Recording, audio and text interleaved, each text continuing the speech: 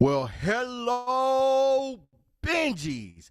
Welcome to the BingeWorthy podcast, part of the Geekish Network. I am one of your co-hosts. My name is Johnny Randolph, or you can just call me Randy, and I am a speaker, a trainer, and a podcaster. And I have two exceptional co-hosts. My first co-host, this lady, she's an actress, she's a writer, she's a director, she's just a flat-out superstar. Say what's up to the people, Miss Cortney Scott Wright. Hello, hello. And my next co-host, this guy, he's a serial entrepreneur, he's a game designer, he's part owner of the Geekish Network. Say what's up to the people, Chuck. What's up, everyone? And your screens may show that we have another person in today. This is our special guest for this episode of the BingeWorthy podcast, Mr. Gavin Hignight, and I'm going to let him run his street cred, his geek cred, his resume. So Gavin, tell the people who you are. A lot of pressure. I am, I think, probably safe to say, a pro nerd now, professional. Yeah, I just write a lot of cartoons, animation, and comic books whenever I can. And actually, I'm making toys now, so all the stuff that we all love, I just try to make it, and that's kind of how I ended up here. So, hello. The fact you said I think I'm pro nerd now, and then all the nerdy things. I think you're pro nerd. You know, that background, we could kind of surmise that maybe you have some insight into nerd culture. So, Gavin, I know that you recently released a graphic novel that you created. So, please tell the Benjis out there about that and where they can find it. I'm going to be that guy. Pick it up. Oh, do it. It's funny you should mention. But yeah, there it is. Concrete World.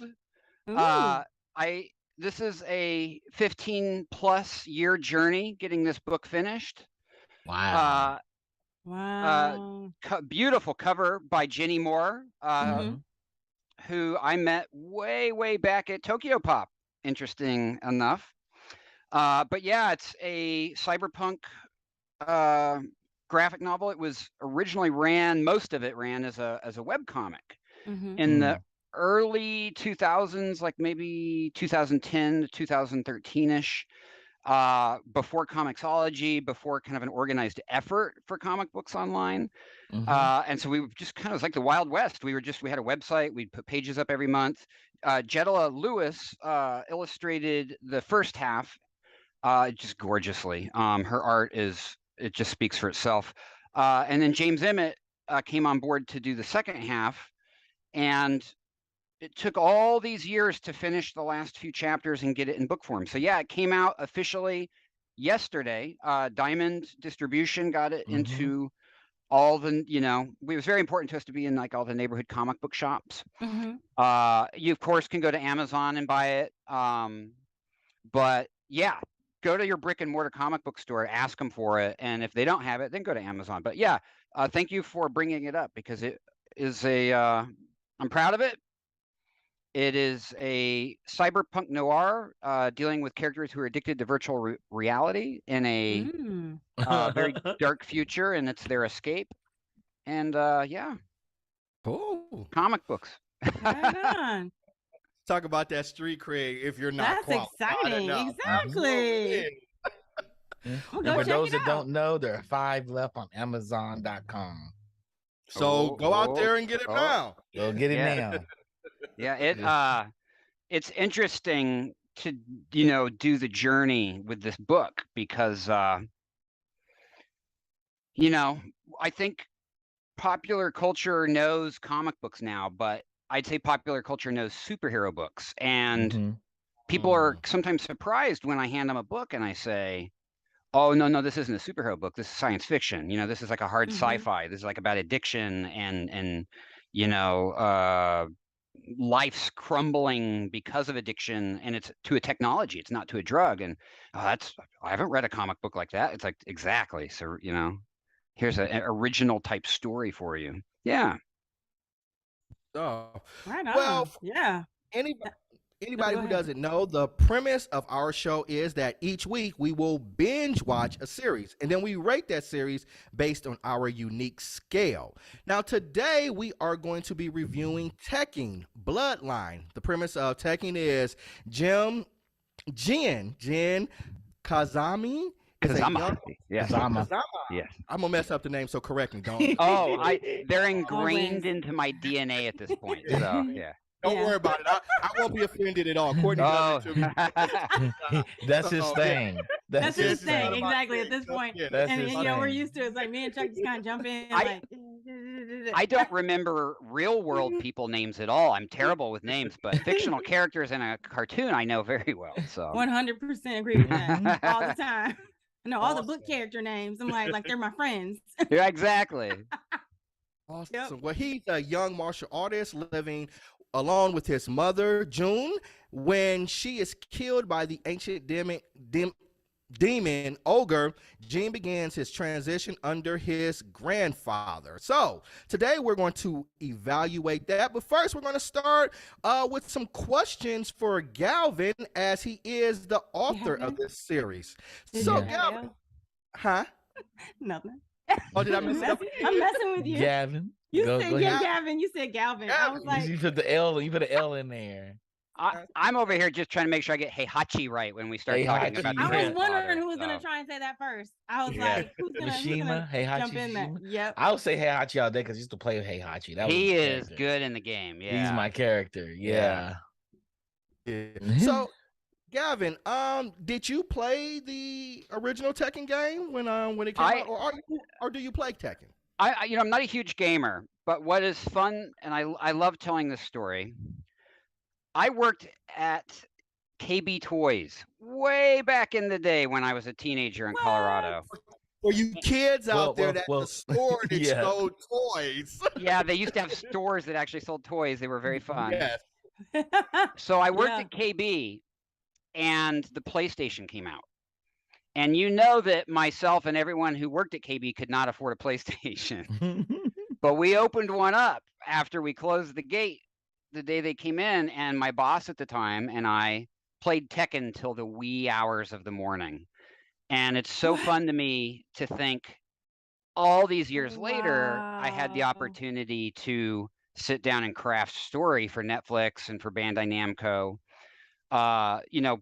The games it's a fighting game, and it's focused on the fighting, and the narrative that stitches everything together is, it's not thick. It's powerful when it's there, but it's, the focus is the fighting.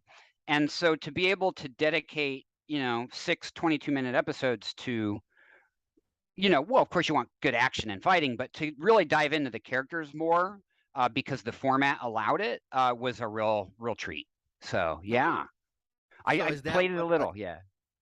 Okay. So is that what attracted you to this project, or what attracted you to this project? I have, as you know, we've talked in the past. I've had the pleasure of writing a lot of cool animation. A lot of it's aimed towards kids and up, and FJ DeSanto, who I had worked on Transformers War for Cybertron, he was working on this show in prep and Transformers at the same time. And I actually was hired for this first, which is crazy to think, because Wow.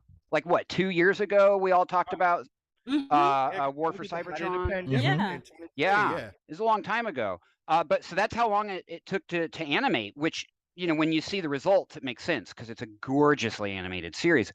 But for me, one, it was martial arts. I love martial arts. I've trained in Kung Fu for over 13, 14 years now.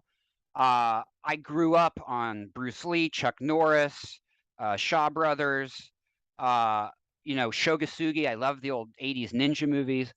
So there was lots of reasons for me to like this. It was an adult-aimed anime. I love anime. I grew up on anime. Even 4 years prior to this project and coming together, never in my wildest dreams did I think I could write anime, because it was made in Japan, right?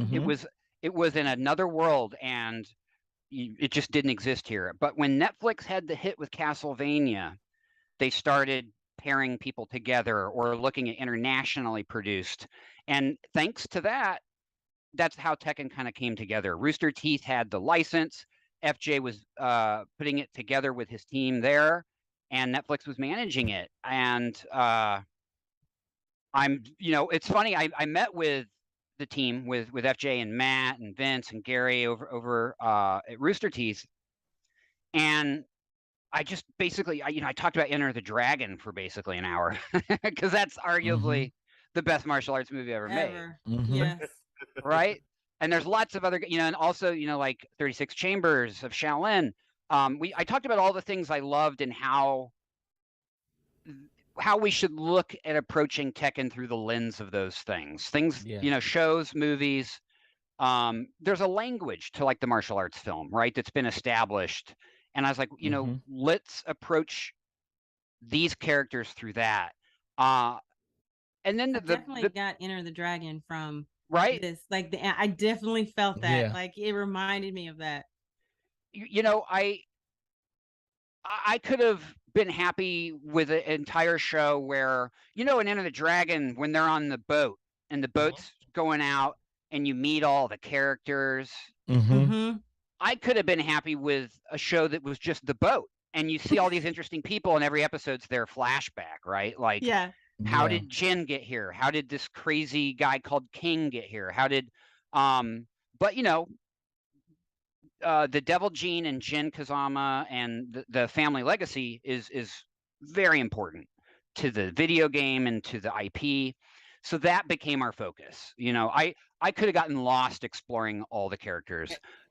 I know. I didn't want to ask you that. Oh, sorry. Go ahead, Cortney. Oh no, I was gonna ask. Given that I remember playing Tekken in the arcades. Yeah. Like seeing the big, like, what is it? You said Bandonami, like seeing just that logo, like on the back of the giant, the machine. Like I just remember that, and I remember the Tekken. Like the title of the video game. That game is in your face, right? It is in your face. Yes, it is burned into my memory. Yeah. And I remember, and I was researching and doing a little more research just to kind of bring it all back.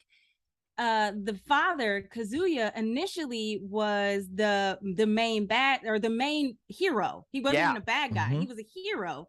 And then he became, like, later on, he kind of becomes like the anti-hero. And then we get Jin, I think in, what was it, like Tekken 3 or something? 3. Yeah, Tekken 3. So how did it come about that we led with Jin? And I know Jin is like the more popular, has become the more popular of the characters.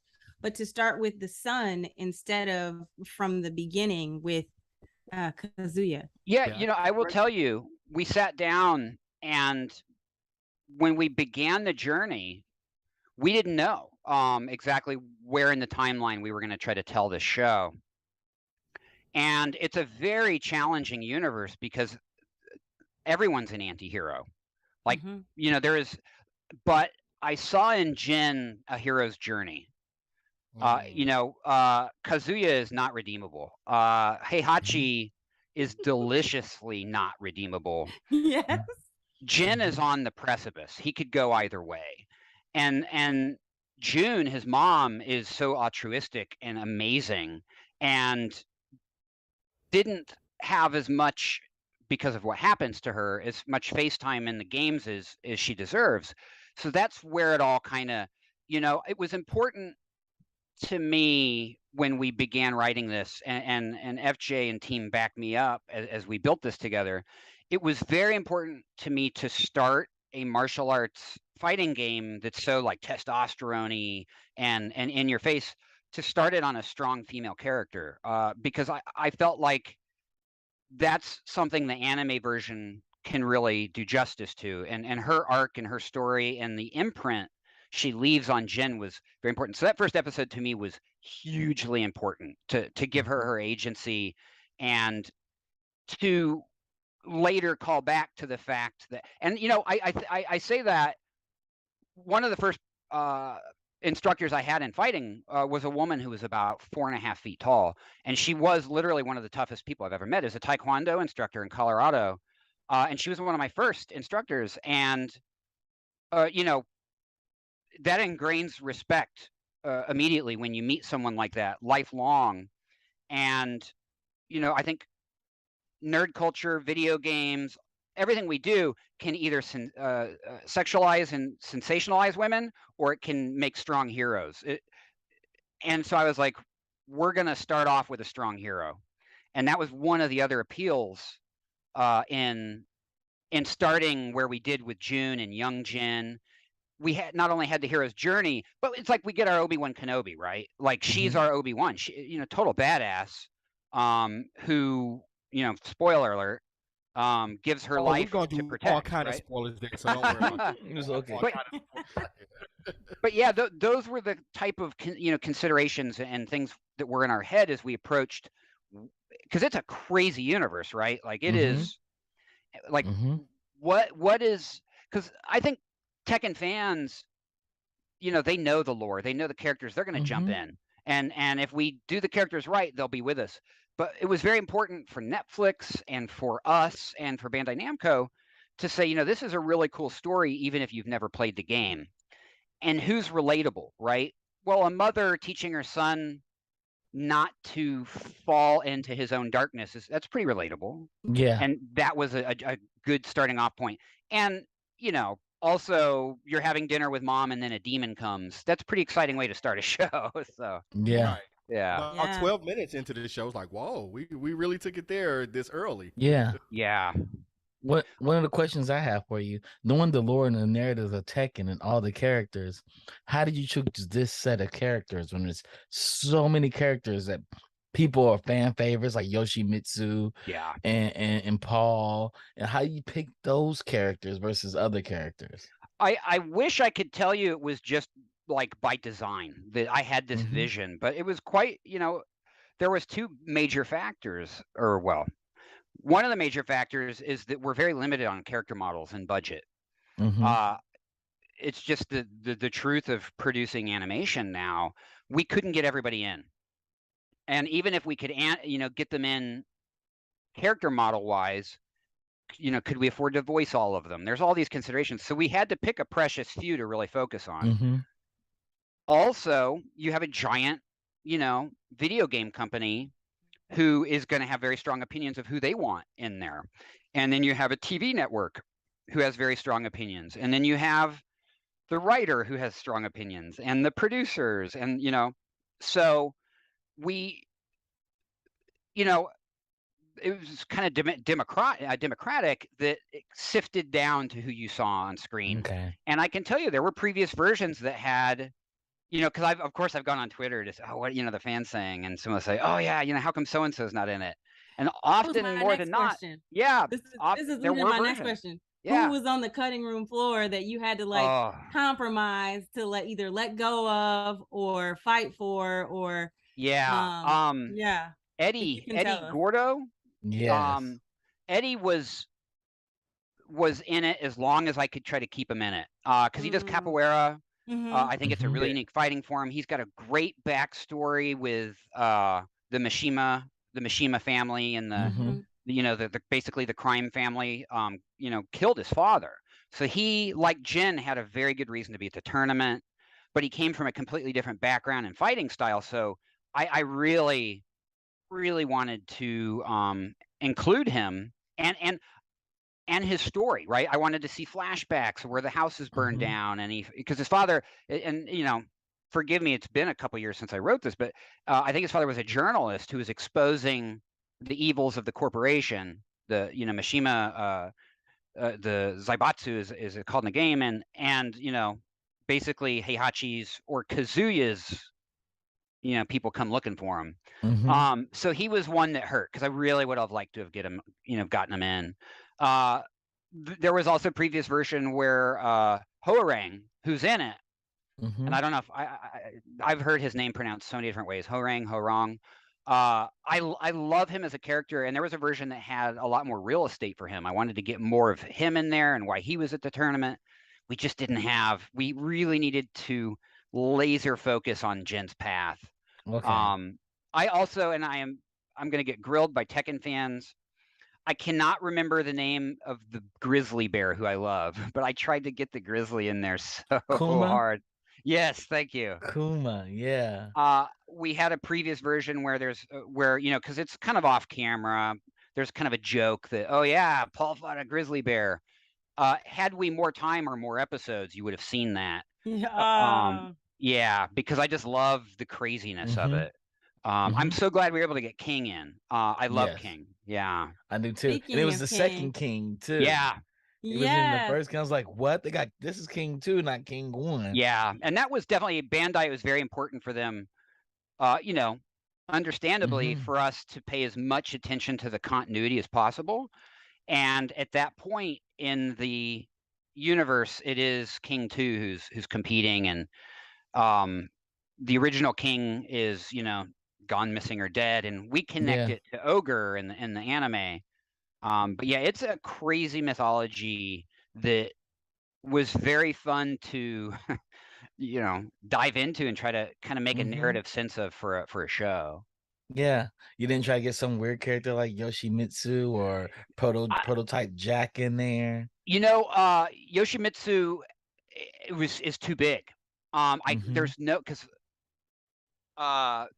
it's almost like if there was a season 2, that's when we should introduce Yoshimitsu, because the backstory is so fascinating, and the lore that I knew very early on, and I think, you know, Matt and FJ and I, as we spoke about it, I think we all knew we just didn't have the story real estate. Okay. Yeah. I have a question. After Ogre is quote unquote defeated, and then there are the other versions that come down. Are those other versions of Ogre, like, and honestly, like, please help me. Oh yeah. Or is that a different? Is that a different demon and character that I'm familiar with? It is actually Ogre. And I believe it's Ogre and True Ogre, I think, is the second form. Yes. Okay. And it's the same. It's kind of like God, I'm going to expose myself as Dragon Ball illiterate, but when they go Super Saiyan, Super Saiyan, it's almost like that. It's like the you know, the Ogre version of that.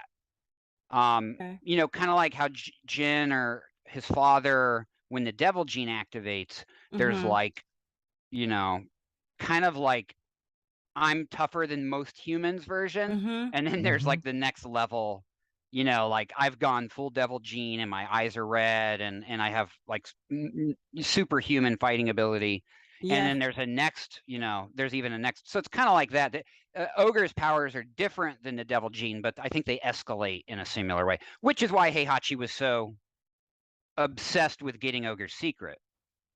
Heihachi, I have to say, I think was the best character I've ever had the pleasure of writing. He was very tough. So good. Oh my God, he was so fun. He was so good. Like it was.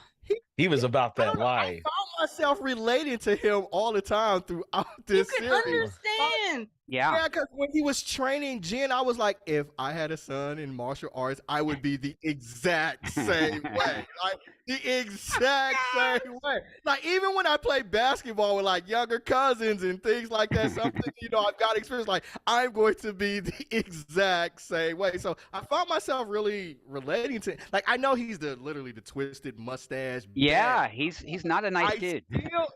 I still related to him somehow. Yeah, he was such an asshole throughout the entire show, but you understood him. Like, I need you to be the best to draw Ogre here. Yeah, then I got it. You didn't even until you know, you knew his ultimate agenda, right? But even before then, like when he gets there, you know, it's like the classic story. You know, the kid comes and Grandpa trains him. He's like the anti Mr. Miyagi. Exactly. Like, between his mother, his two trainers. Yeah, exactly. And it's like you're like debating. It's literally like, what is it, Karate Kid 3 or whatever? When he was like, you know, Daniel's son is turned to the dark side, but like, you know, like the mom. And like it's the angel and the devil on your shoulder, right? Yeah, legitimately. Yeah. How hard was it writing for the mom? Because in the beginning, and I told the guy, like I was in the text thread, I was like so frustrated because when the bullies were like beating him up, and she was like, you know, you lost the battle because you lost to your anger. I was like, what? I was like, no, they were kicking his butt. Like, come on, like. Yeah, but I understood it. Like, like how challenging was it writing for her versus, you know, like Heihachi, like the altruistic? I don't think it was. It was easy to write her, because I just looked at her through like a very Buddhist lens, you know, and I looked at her through everything that comes out of her mouth is what we should all aspire to be. And when you're training in martial arts, it's the type of things that are handed to you verbally all the time. You know, you will have this ability to harm, but you know, you're only really powerful if you have control over that ability or choose not to use that ability. So those themes with June, I think, kind of came naturally because it's what we should hope to aspire to, right? Not that we do, not that we're successful. I'm a lot more like Jen. I lose my temper. But Heihachi was tough because he's a very important character. He's a main character, and you do want him to be relatable. But he's also a nemesis, right? He's an antagonist, and so writing, how do I make someone interesting who is so horrible was a new challenge for me. I'd written Megatron, which I think there were some parallels, but I actually tackled some of this with Heihachi before that. And maybe some of my journey with Heihachi made a better Megatron later. But so I will say he was probably the hardest to approach, but when we nailed it, when we cracked it, and he became who, and he's always that person in the game. They had a very definite vision for him. But when we finally understood that vision and like those lines were coming out, I kind of had this epiphany looking back, and I was like, Heihachi's the best character I've ever gotten to write. He's so complex. There's some fun moments because he's so stern and such a jerk. So yeah, it was a love-hate relationship, I think, when we were doing the scripts. But in hindsight, oh wow, I love him. He was a career high, I think.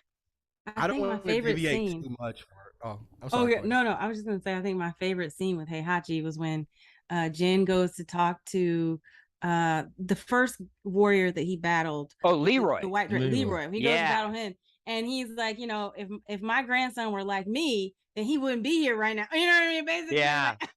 And I was like, you're not wrong. I think there's a line where he says something like, you know, if June had defeated Ogre, you think she'd be visiting him in the hospital or something. Yes, that was such a good line. And I was like, oh. And that's Heihachi. Like, he came to life. But it's true. And you can relate to that. You're like, he wouldn't be here coddling his enemy after just defeating him. So why are you so conflicted, right? It ain't true with me. And I was just gonna say something. That Megatron character that you did though in Cybertron, I thought that was awesome. Right? I don't know if you said if you thought Heihachi was your best one. I don't know. Maybe they can fight. I did really enjoy. I've grown up with Megatron my whole life, and this gave me a whole new perspective and respect on him. So I was just it was very Killmonger. You know what I mean? It was the same kind of like rationale that you could relate to. Totally. I have another question. I know you worked at Bandai Namco, and I know you had to write this in English. And Japan has cultural nuance; they write around things. They never are direct. How was it writing what you write, getting it translated, when hearing their feedback on it? Like, that's not exactly what I wrote. That's not how I would have said it. Right. You know, I think the process with Netflix managing it as an international production really eliminated a lot of that. I think that, you know, even a decade before, what I wrote would probably be translated or received in a completely different context. I think that one of the reasons Castlevania was such a success is it was a very and as success I mean as a worldwide audience. No. Yeah. It was. It's. I love it. Castlevania definitely. We did it on BingeWorthy, and I think we gave it I think we gave it a full binge. Every season was like perfection. Yeah. Well, and that's one of my favorite writers, Warren Ellis. You know, I love his work, and I think Netflix, for a worldwide audience, realized that if we bring in a team from around the world, we're going to get all these different perspectives that will build something, So I mean, we all love anime, right? There's a reason we all seek it out. There's a reason I've been watching it my whole life, and I often prefer it to a lot of American stuff. But are there things like you said that get lost in translation? Absolutely. But I will say, and I worked on Transformers Cyberverse, and those scripts went off to Ireland, and tons of our stuff got lost culturally from that people animating it. And we, supposedly we all speak English, right? Irish English, American English, but the cultures were so different that those scripts were often misinterpreted more than my scripts that have gone off to Japan by a long shot. Yeah. And I will say that after Tekken, I worked very close with a team on something I can't say yet. And boy, I really can't wait till I can brag about this one. Okay. It's another anime that We're not gonna push it. yeah. That's all right. You You gotta just break come it back. here. We're gonna pull you just on. come Yeah, back yeah, and- pull it and out. talk to us. And have you You come can- back you and can talk talk about it. Let me tell you, it's a pinch me moment. I can't believe I'm working on this moment. But in those scripts written in English, translated to Japanese, we would be sitting in story meetings where literally I'd have an interpreter. But the care and the detail that was going into that project and Tekken from the production side, I just cannot compliment the production crew enough. I can't speak Japanese. I can't read it. So I'm humbled that they will let me write in English and take the time to translate it.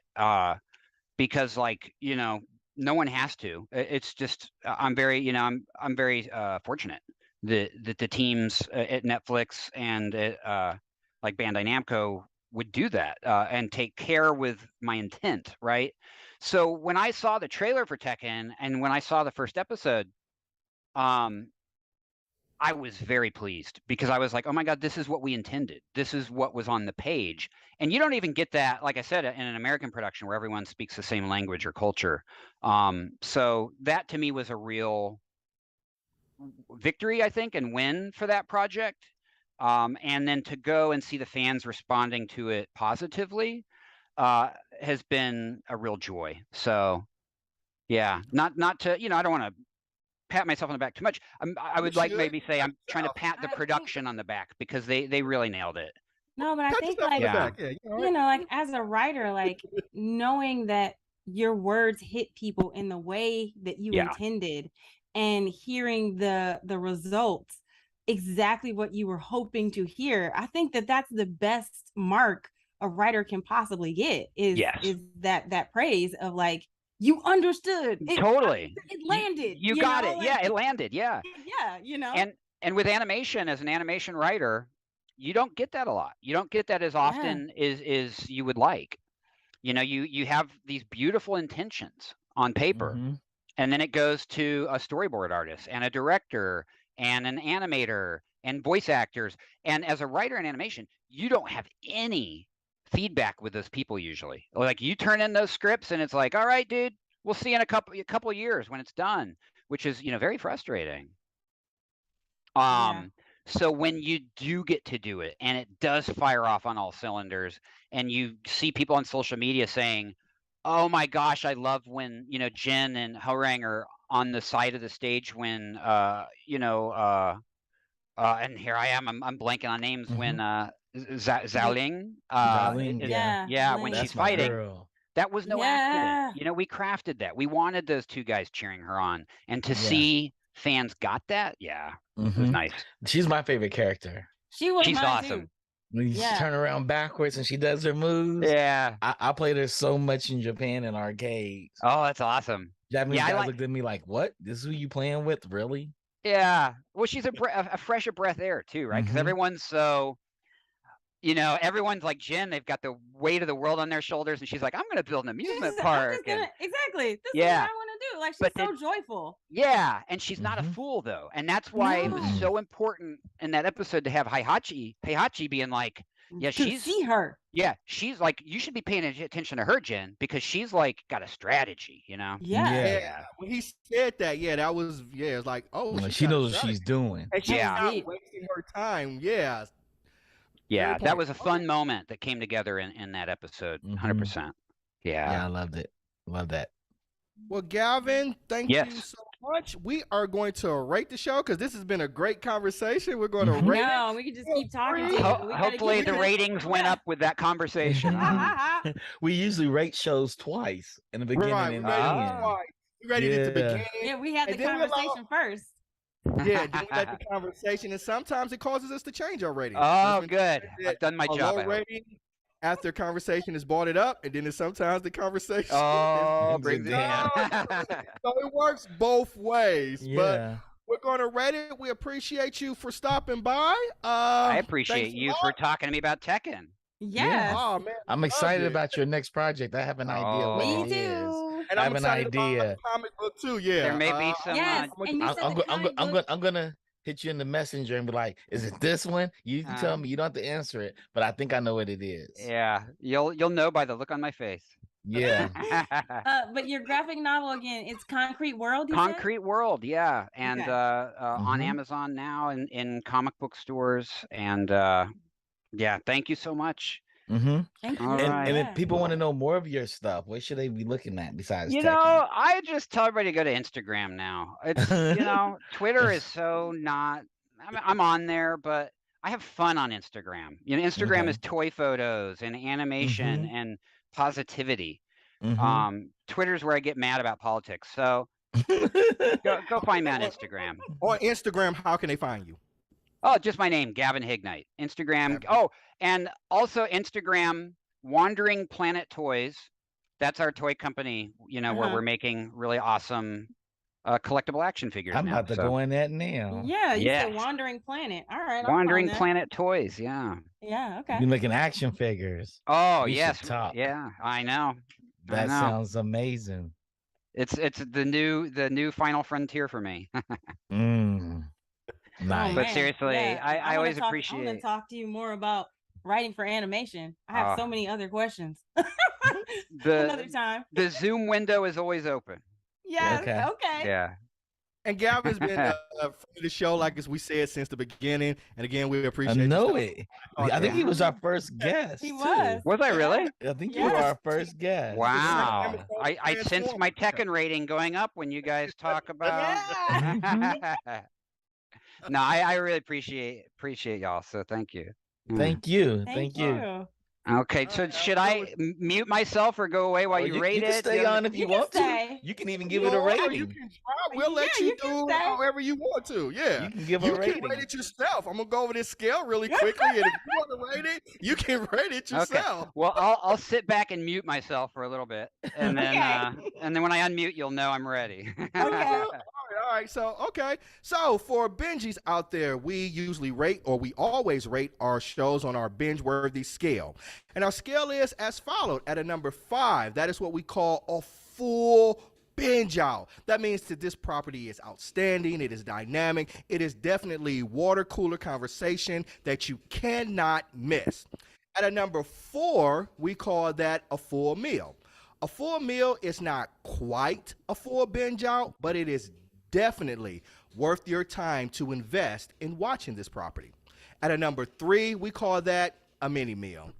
A mini meal isn't bad. It's just not good either. It's kind of, a little bland. Cortney always describes it as a TV dinner, a bland TV dinner. And I say without all the Lyra seasoning to give it some flavor. At a number 2, we call it a snack. A snack is something, it's edible, but you're not going to enjoy it. Some old Cheetos in the cabinet, some Doritos, something like that. You can eat it, but you are not going to enjoy it at all. And a number 1 is what we call a cringe-worthy.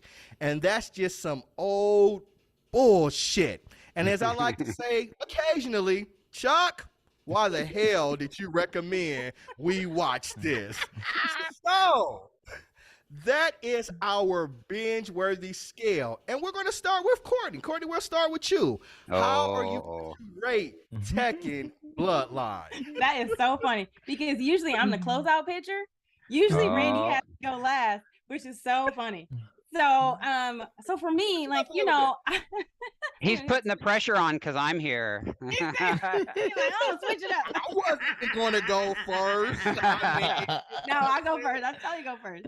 Because for me, I really enjoyed this show. I loved the all of the characters and their arc. I thought each and every character had an arc, a clear beginning, middle, and ending to their journey. So for me, that was the biggest part. And I know that I was emotionally invested when I was getting angry at characters. When, like I already talked about, I was very frustrated with Jen's mom. And then I was like, and then I loved her because she was so right.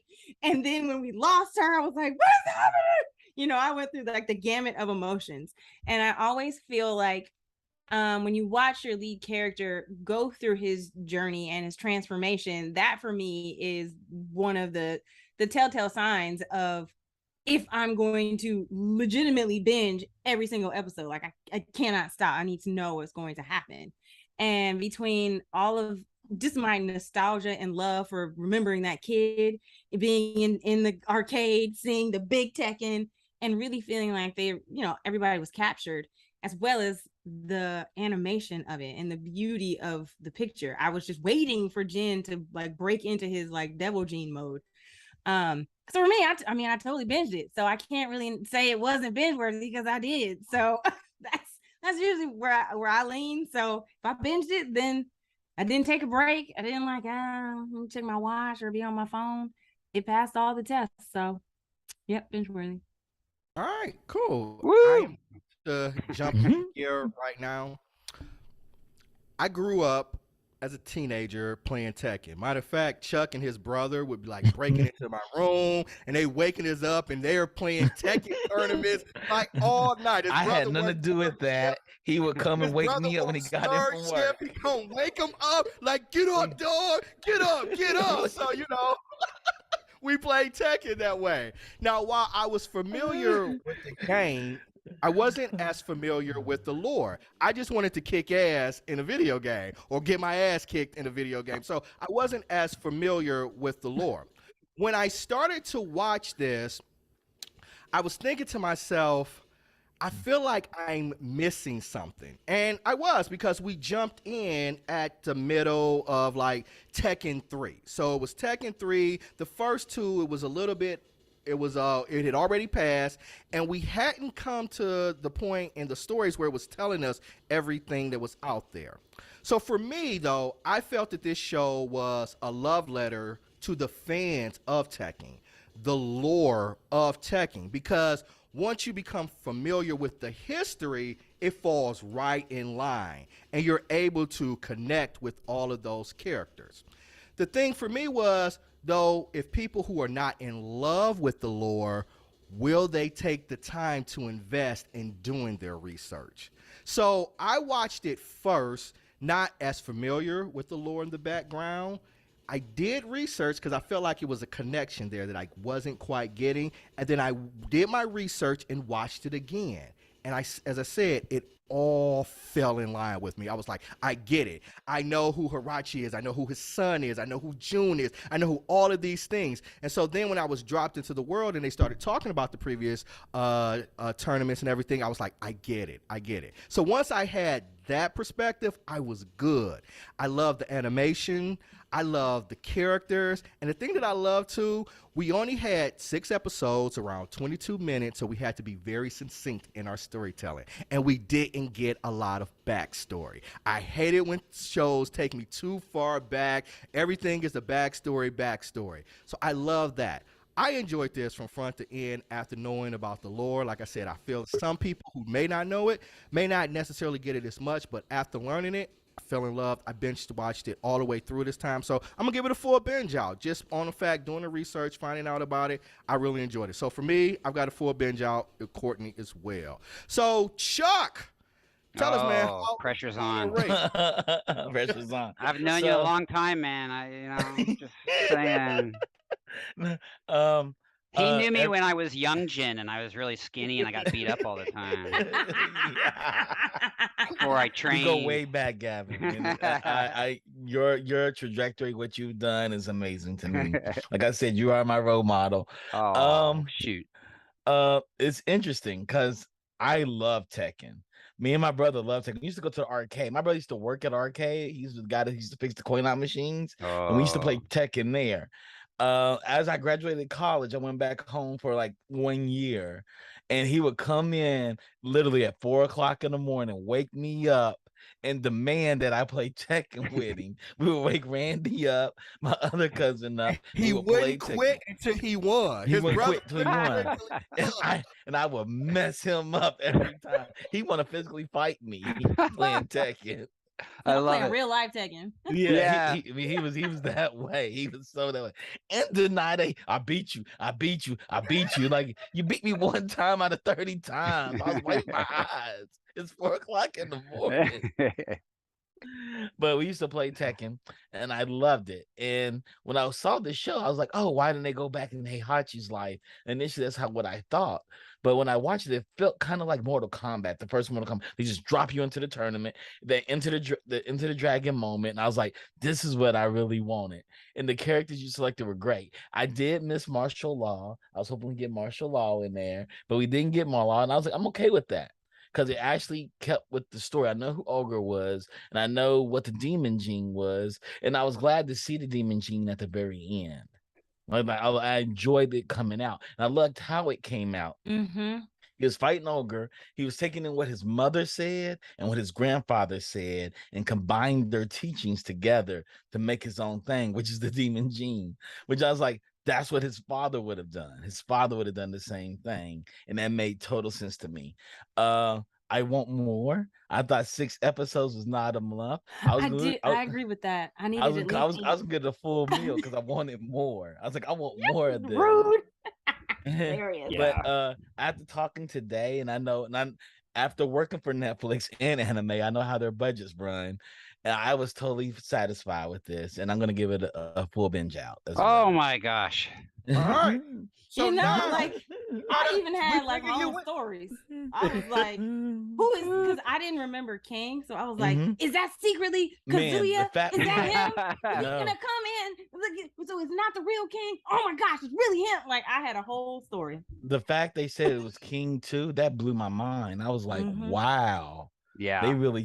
I was like, they really stuck this. They know who their characters are. Yeah, and that just played to the fans. Like, that's not even the real King. Right. Yeah, and he's got such a cool backstory. You know, like I saw someone on Twitter say, "Oh man, they're playing King like he's a bad guy," and then like they got on a little bit later. They're like, "Oh no, they didn't treat him like a bad guy," and it's like that's the point. Is like you know we judge. You know, we see a crazy tiger head guy and we think there's something off with him, right? And it was so fun to, you know, the fans already know that he's altruistic and a good guy. But it's fun for audiences who didn't know him to be like, I started off thinking he was bad, and actually he's probably more good than anyone here. I love that. Right. And he put in that work on Jin too. Yeah. And Jin beat him. He was like, you keep the money. Yeah, those two fights might have been my favorite in the show. I don't know what it was, but his wrestling, the way they approached him, it was just like, and you know, I hope I wrote some cool action in, but the team that really focused on the fighting, and I will tell this to you, I did write in some combos from the game into my scripts. Okay. You know, I would be like, but let me tell you, the team that animated it and the fight choreographing for it took it way next level, way next level by putting in like the hit artifacts and the sparks and the that wasn't scripted. I would love to say, oh, that was my great idea. No, that was the animation team making magic for sure. They kept it true to the game. Totally. Like, this is totally true to the game. Yeah. Matter of fact, they need to have you all write the cut scenes for the game and give the game a narrative. Please do. Yes. Ooh. Okay. All right. So we right. Gavin, do you want to jump in and where you're evaluate? Well, I will just I will not rate it, but I will say that of all the projects I've worked on, I am. This is in one of my top tier of being proud of a project for sure. Okay. You know, if my scale, if 5 was absolute pride in a project, it'd be up there. So yeah. Okay. Yeah. You know, I've done some various shows now, and sometimes you write something and it goes off, and it comes back, and you're like, oh man, this isn't good, you know, or this Like, animation is, ooh. you know, I had such a beautiful story I had intended, and this animation's falling flat. It's happened. This is not one of those cases. This is one of those cases where I saw the trailer and I was like, tears, you know, because I was like, this is the kind of stuff I dreamed about working on when I was like watching, you know, I don't know, Cowboy Bebop, or you know, Neon Genesis Evangelion, or you know, Star Blazers, you know, even that far back. A nerd from Colorado got to write anime. That's pretty cool. That's cool. That's pretty cool. Yep. Yep. Absolutely. Chuck, you got anything before we head out, sir? You want to say anything before we head out? Thanks, Gavin, for coming on. It's nice seeing you as always. It's good to see all of you. Yeah. And anytime. I'll come on and rate other people's shows. Okay. Yes. We'll have you on. Love that. Yeah. We would love that. As a writer, that terrifies me. I would never do it. So, yeah. Hey, look what I brought to just for good luck on the podcast. I don't know if you can see. I brought him. A Heihachi. Yes. He sits on my desk and looks at me unapprovingly. So I know it, and tells you to do better. Yeah, he does always. Gavin, you got anything before we head out that you want to say before we head out? Just thank you. It's been great. That comic is in stores. Keep telling Netflix you want more Tekken. And thank you so much to all of you for watching it and enjoying it. Yeah. Oh, we do. And we do. One thing, Mark, we have some comments in the chat from Mark. Mark gave us some comments. That's one of the benefits of being able of doing a live show. We get live interaction from our audience members. And let's see, Mark had a few things. Brian Fury, he said, would have been a good opt. Terry Silver, are these characters in Tekken? Yeah. Castlevania was A1. What else we got? It was a full binge out for me the moment I saw the name Tekken. So right on. Yes. Mark's giving us a full binge out as well. Good Thanks, stuff. Mark. Thank you, Mark. Thanks, Mark. Yeah, Mark came through. Yeah, thanks, Mark. So you got a full Miss binge out Scott across the Wright. board. Absolutely. I'm a happy Wright, camper. You got anything before we head out? Nope. Geek out and good night. You know Oh, what I I mean? like that. Cool. Shouts out to Digital Click. They are the marketing and promotion firms. They create all of the borders and all of the things to help us look pretty so we can be our best when we promote and when we have our shows. The Geekish Network, it is a network devoted to people of color in the geek space, sci-fi, fantasy. We have a bevy of talent working here. We have people in front of the camera, writers, actors, directors. We've got tech people. We've got producers, a full spectrum of talent. And every day we work to create content for people that look like you. So please share us with your friends. Sign up, hit that subscribe button. We are on YouTube, we're on Facebook, and we're on Twitch now, right? We're streaming on all 3 platforms. So like us on those platforms as well. Next week we're going to be back. I don't know what we're reviewing next week, but we'll talk about it. So, We'll let you know. figure it out. We'll let you know. So, and we'll be back at our regular time, Wednesdays, 8 o'clock Pacific time or 11 o'clock Eastern And the Standard Time. following week will be on a Thursday. And the following week will be on a Thursday because we're doing what? We're doing Harley Quinn. Oh, We're doing the season finale of yeah. Harley Quinn. Right. Right. Finale comes out the 15th. We'll review it on the 15th, night of the 15th. That's on the Okay. 15th. All right. So All right. thanks for coming out. See you next week. Peace out, everybody. bye, everybody. Thank you.